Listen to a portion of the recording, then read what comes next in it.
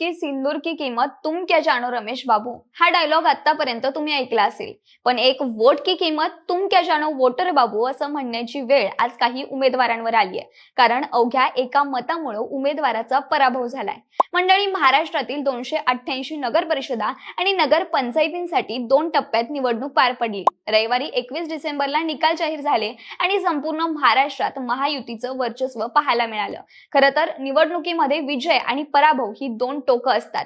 कधी हजारो मतांनी मिळालेला विजय राजकीय इतिहास घडवतो, तर कधी फक्त एका मताने झालेला पराभव आयुष्यभर लक्षात राहतो. नुकत्याच पार पडलेल्या नगर परिषद आणि नगर पंचायत निवडणुकांनी असंच एक धक्का देणारं वास्तव समोर आणलंय. नगर परिषद आणि नगर पंचायतींच्या या निवडणुका स्थानिक पातळीवरच्या असतात. इथे वॉर्ड छोटे असतात आणि मतदारांची संख्या ही मर्यादित असते. त्यामुळेच इथे एका मतासाठी अक्षरशः टक्कर पाहायला मिळते. आपण नेहमी म्हणतो की एका मताने काय फरक पडतो, पण महाराष्ट्रात काही उमेदवारांना एक मताने हार स्वीकारायला लागली आहे. ते कोण आहेत हे पाहू.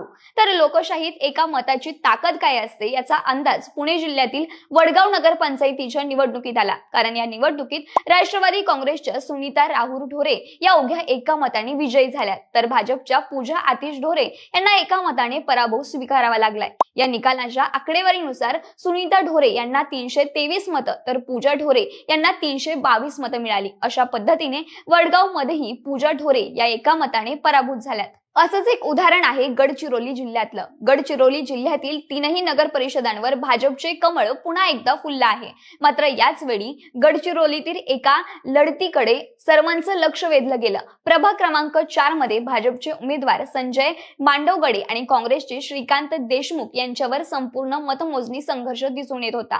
पण जेव्हा अंतिम निकाल आला तेव्हा संजय मांडवगडे यांना 716 मते मिळाली, तर श्रीकांत देशमुख यांना 717 मते मिळाली. केवळ एका मतांनी संजय मांडवगडे हे विजयाच्या गुलालापासून दुरावले गेले. यानंतर पालघर जिल्ह्यातील वाडा नगर पंचायतीचा निकाल देखील असाच लागलाय. या निकालामध्ये भाजपचे 6 नगरसेवक विजयी झाले आहेत. प्रभाग क्रमांक 6 मधून भाजपच्या सिद्धी भोपतवार या एका मताने विजयी झाल्या आहेत. त्यांनी शिवसेना उद्धव बाळासाहेब ठाकरे पक्षाच्या उमेदवार प्रिया गंधे यांचा अवघ्या एका मतानं पराभव केलाय.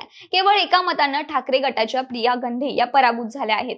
यानंतर चिपळूण शहरातील प्रभाग 7 मधील भाजपचे उमेदवार संदीप भिसे यांना 418 तर राष्ट्रवादी काँग्रेस अजित पवार पक्षाचे सुनील रेड्डीज यांना 417 मतं मिळाली. यानुसार संदीप भिसे यांचा अवघ्या एका मताच्या फरकाने विजय झाला, तर अजित पवार पक्षाचे सुनील रेड्डीज एका मतांनी पडले आणि भाजपने बाजी मारली. तर मावळमध्ये अजय बवर यांचा अवघ्या 2 मतांनी विजय झाला.